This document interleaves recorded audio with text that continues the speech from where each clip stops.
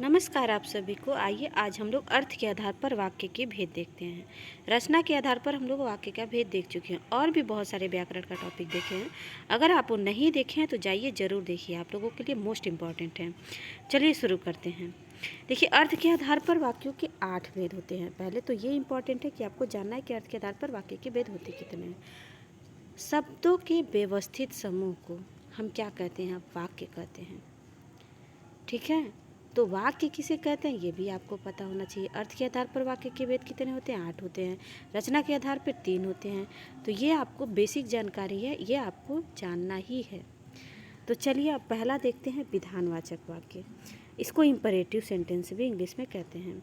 जिन वाक्यों में किसी क्रिया के करने या होने की सामान्य सूचना मिलती है उन्हें विधानवाचक वाक्य कहते हैं। पहले सामान्य सूचना, कोई कार्य हो रहा हो, सामान्य हो रहा है, उसमें कोई निगेटिविटी ना हो, कुछ ना हो, सामान्य तरीके से हो रहा है, वो हमारा विधानवाचक वाक्य होता है। किसी के अस्तित्व का बोध भी इस प्रकार के वाक्यों से होता है। जैसे देखिए, सूर्य पश्चिम में अस्त होता है, ये निश्चित है। क्या पूरब में तो अस्त होगा नहीं। अब हम कहें कि सूर्योदय पूरब में होता है तो वो क्या होगा? वो भी आपका विधानवाचक होगा। सूर्यास्त पश्चिम में होता है तो वो विधानवाचक, क्योंकि ये निश्चित है। तो निश्चित वाला भी वो कभी बदल नहीं सकता। ऐसे वाक्य भी हमारे विधानवाचक वाक्य में आते हैं। जनता ने नेताजी का स्वागत किया। देखिए, इसमें कोई निगेटिव नहीं है, कोई विस्मयबोधक चिन्ह नहीं है, कुछ नहीं है, नॉर्मल सेंटेंस है, साधारण सेंटेंस है। तो साधारण वाक्य है, तो ये आपका क्या होगा? विधानवाचक वाक्य होगा। मैं कल दिल्ली गया था, हम स्नान कर चुके। ये सब क्या है? विधानवाचक वाक्य है। दूसरा देखिए, निषेधवाचक वाक्य, मतलब नकारात्मक वाक्य, और इसको निगेटिव सेंटेंस भी कहते हैं। जिन वाक्यों में किसी कार्य के निषेध मतलब न होने का बोध हो, जहाँ पे मना किया जाए, उन्हें निषेधवाचक वाक्य कहते हैं। इन्हें नकारात्मक भी कहते हैं। जैसे देखिए, मैं आज नहीं पढ़ूंगा, माला नहीं नाचेगी, आज गणित के अध्यापक ने कक्षा नहीं ली। तो इसमें क्या है? निगेटिव सेंस है, क्या निगेटिविटी है, तो यहाँ पे निषेधवाचक वाक्य हो गया। प्रश्नवाचक वाक्य देखिए, इंट्रोगेटिव सेंटेंस, इसमें है जिन वाक्यों में प्रश्न किया जाए, अर्थात किसी से कोई बात पूछी जाए, उन्हें प्रश्नवाचक वाक्य कहते हैं। क्या किया जाता है? किसी से कोई बात पूछा जाता है, तो वहाँ पे आपका प्रश्नवाचक वाक्य होगा। अब देखिए यहाँ पे क्या है, और प्रश्नवाचक चिन्ह मोस्ट इम्पॉर्टेंट है, ये आपका प्रश्नवाचक चिन्ह रहेगा ही। तो क्या है? क्या तुम खेलोगे? ये प्रश्न किया जा रहा है। तुम पढ़ने कब जाओगे? प्रश्न किया जा रहा है। तुम्हारा क्या नाम है? ये भी प्रश्न किया जा रहा है। तो ये सब क्या है? प्रश्नवाचक वाक्य है। अगला देखते हैं, 3 देख चुके, चौथा देखें, विस्मयादिबोधक वाक्य या विस्मयादिवाचक वाक्य। ये इंटरजेक्टिव सेंटेंस है। जिन वाक्यों से आश्चर्य, विस्मय, हर्ष, शोक, घृणा आदि के भाव व्यक्त होने विस्मयादिवाचक वाक्य कहते हैं। जैसे देखिए, अरे इतनी लंबी रेलगाड़ी, हम क्या हो बहुत लंबी रेलगाड़ी देखते हैं तो जैसे अरे इतनी लंबी रेलगाड़ी, यहाँ पे क्या है? ये विस्मयादिबोधक चिन्ह है। तो अगर विस्मयवाचक वाक्य होगा, विस्मयादिवाचक वाक्य होगा, तो आपका बीच में पहले तो ये विस्मयादिबोधक चिन्ह होना ही होना है। तो इसी से आप पहचान जाएंगे कि ये विस्मयवाचक या विस्मयादिवाचक वाक्य है। तो देखिए, अब ओह बड़ा जुल्म हो गया, किसी पे अगर हम दया दिखाते हैं तो कहते ओह बड़ा जुल्म हो गया, आह कैसा सुंदर दृश्य है, अच्छा तुमने भी स्नान कर लिया, ऐसे। तो ये भी विस्मयादिबोधक में आता है और यहाँ पे विस्मयबोधक चिन्ह आता ही है, तो इसको ध्यान रखिएगा। अब देखिए, आज्ञावाचक वाक्य, 5वां आज्ञावाचक वाक्य, डेनोटिव ऑर्डर सेंटेंस।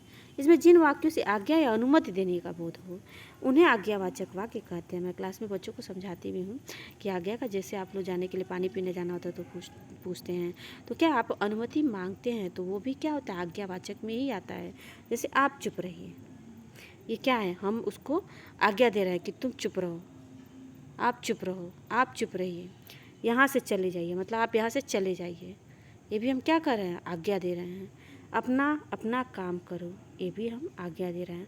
आप जा सकते हैं, हम अनुमति दे रहे हैं। आप हमसे पूछते हैं कि क्या मैं पानी पीने जा सकता हूँ मैम, तो मैं बोलती हूँ कि हाँ आप जा सकते हैं। तो ये हम अनुमति आपको दे रहे हैं जाने के लिए। तो ये सब क्या है? इसमें आज्ञावाचक में ही आएगा। अगला देखिए, इच्छावाचक है, अल्टरनेटिव डिजायर सेंटेंस। वक्ता की इच्छा, आशा या आशीर्वाद को व्यक्त करने वाले वाक्य इच्छावाचक वाक्य कहलाते हैं। जैसे देखिए, इसमें जब इच्छा हम अपना व्यक्त करते हैं इच्छा, आशा या आशीर्वाद देते हैं, ये सब क्या होगा, इच्छावाचक वाक्य में आएगा। जैसे ईश्वर तुम्हें चिरायु करे, मतलब दीर्घायु करे, मतलब ईश्वर करे आपकी लंबी उम्र हो, ये सब क्या होगा, इच्छावाचक। हम अपनी इच्छा बता रहे हैं। नव वर्ष मंगलमय हो, ये भी हमारा इच्छावाचक है। हम लोग विश करते हैं न्यू ईयर, वो सब क्या होगा, इच्छा होगा। हम अपनी हमारी इच्छा होती है, हम विश करते हैं। भगवान करे सब कुशल लौटे, ये भी हमारी इच्छा है कि अगर कोई कहीं जा रहा है तो कहीं हम उसको विदा करते हैं तो बोलते हैं भगवान करे कि सभी कुशल लौटें। अब अगला है संदेहवाचक वाक्य, डाउटफुल सेंटेंस। जिन वाक्यों के कार्य के होने में संदेह अथवा संभावना का बोध हो, उन्हें संदेहवाचक वाक्य कहते हैं। इसमें संदेह हो कि ये होगा या नहीं होगा तो क्या होगा, संदेहवाचक वाक्य होगा। इस संभवतः वह सुधर जाए, क्या है, संदेह है, क्या पता ना सुधरे, सुधर जाए, तो हम संदेह कर रहे हैं ना कि सुधर जाए।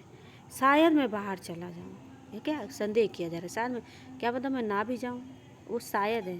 मन किया तो गया, मन किया नहीं गया, तो ये संदेह होता है। वह शायद आए, ये भी संदेह है कि वह शायद है, क्या पता ना आए। तो ये सब अगर ऐसे शायद, संभवतः ये सब शब्द लगे होते हैं तो वहाँ पे संदेहवाचक वाक्य होता है। तो आप लोग को इसमें बिल्कुल कंफ्यूज नहीं होना है, इसको ध्यान रखिएगा कि संदेह, संभवतः, शायद ये सब लगा होता है। अगला देखिए संकेतवाचक वाक्य, इंडिकेटिव सेंटेंस, जिसमें संकेत मिलता है। जिन वाक्यों से एक क्रिया के दूसरी क्रिया पर निर्भर होने का बोध हो, उन्हें संकेतवाचक वाक्य कहते हैं। इन्हें हेतुवाचक वाक्य भी कहते हैं, इसमें कारण शर्त आदि का बोध होता है। इन्हें हेतुवाचक वाक्य कहते हैं, तो ये भी शब्द याद रखिएगा। अब देखिए संकेत क्या है, वर्षा होती तो फसल अच्छी होती, ये संकेत है कि संकेत किया जा रहा है, अगर वर्षा होती तो फसल अच्छी होती है। आप लोग को संकेत और संदेह में थोड़ा कन्फ्यूजन होता है। तो संदेह में देखिए संभवतः, शायद, ये सब शब्द लगे होते हैं, इसमें तो नहीं लगा है ना, तो ये संकेत किया जा रहा है कि अगर वर्षा अच्छी होती तो फसल भी अच्छी होती। आप आते तो इतनी मुसीबत ना आती, ये भी संकेत किया, अगर आप आए होते तो इतनी मुसीबत हमको झेलना ही नहीं पड़ता। तो यही कहा जा रहा है, आप आते तो इतनी मुसीबत ना आती। यदि छुट्टियाँ हुई तो हम कश्मीर अवश्य जाएंगे। अभी आप लोग की छुट्टियाँ हुई है, आप लोग प्लान बनाए होंगे कि हम यहाँ जाएंगे, वहाँ घूमने, तो संकेत है। अगर छुट्टियाँ हुई तो अभी छुट्टी नहीं हुई, उससे पहले यही सोच रहे होंगे ना, अगर छुट्टी हुई तो हम यहाँ घूमने जाएंगे, ये करेंगे, तो संकेत है कि यदि छुट्टियाँ हुई तो हम कश्मीर अवश्य जाएंगे। तो ये आपके 8 जो थे अर्थ के आधार पर वाक्य थे, और ये मोस्ट इम्पॉर्टेंट है आप लोगों के लिए, 9th के लिए मोस्ट इम्पॉर्टेंट है। तो आप लोग को इसको देखना है, जो ये और एग्ज़ाम में भी पूछे जाते हैं, कंपटीशन वाले भी एग्ज़ाम में प्रश्न पूछे जाते हैं। तो आप लोगों को ध्यान से इसको पढ़ना है कि ये क्या पूछ रहा है, क्या कह रहा है, क्योंकि आपके जीवन भर ये काम आना है। तो चलिए आज के लिए बस इतना ही। अगर आपको हमारा वीडियो अच्छा लगा है तो वीडियो को लाइक करें और अपने दोस्तों में आप लोग शेयर भी करें कि और लोग मेरे चैनल को सब्सक्राइब करें, और कमेंट में बताएं कि आपको हमारा वीडियो कैसा लगा है। धन्यवाद।